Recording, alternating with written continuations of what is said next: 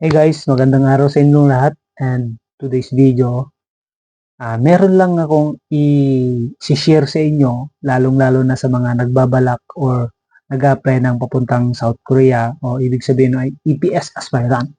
So isa ito sa mga benefits na makukuha natin kapag nag-exit tayo ng South Korea. So ito yung isang malaking tulong kahit na umuwi ka ng Pilipinas na wala kang ipon, at itong benefits na to ay malaking tulong pa rin sa iyong pag-uwi ng Pilipinas kasi malaking bagay din, malaking halaga din. Okay?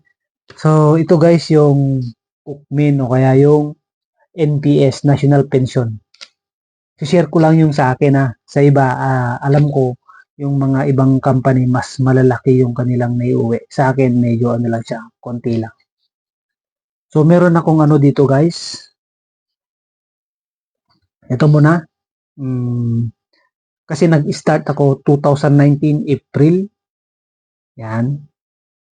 So as of October 2020, meron na akong 2 million. Yan, meron akong 2 million. So ang hulog ko guys, ang hinuhulog ng amo ko is 187. So maliit lang kumpara sa mga nakikita ko na mga 300, 400, 250. So mas malaki sa kanila. So pagkatapos ng 2020 guys, ang sunod is 2021 kasi yearly guys, nagbibigay si NPS ng ganito sa amin. Nagbibigay ng NPS sa mga EPS worker. So year 2021, as of year 2021, meron na akong 5 million. Yan, meron akong 5 million 243. So ang hulog naman ng amo ko is 199,000 Korean won. So mas tumaas ng konti kumpara nung last year na 187. Okay?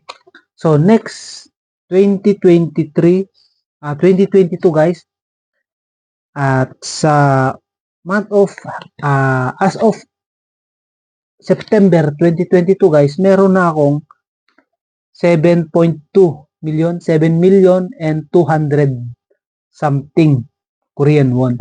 So ang hulog na ng amo ko sa akin every month is 211,000 Korean won. So guys, itong 211,000 na to, hati kami ng amo ko. So yung kalahati 210, ang divide 2 magiging 100, 105. Okay, 105. So meron na akong 7.2 million Korean won. As of 2023 guys, September, so meron na akong 9 million. Okay? 9,800,000 Korean won. 9,800,000 Korean won. So ang hulog na ng amo ko sa akin is tumaas 223 Korean won na siya. Okay? So as of now guys, as of October,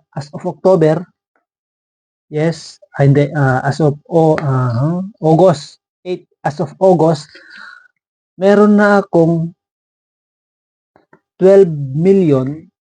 Yan, meron akong 12 million something. So, yung 12 million something guys, ang na-accumulate ko na buwan is 63 months. 63 months. So, pag dinivide natin sa 12, magiging 5 years and 3 months.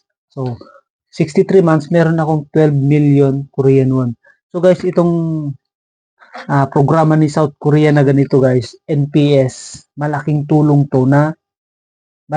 sa atin to, kahit na papano, meron pa rin tayong may uwi sa Pilipinas. So kayo na magkwenta yung 12 million o magkano sa peso.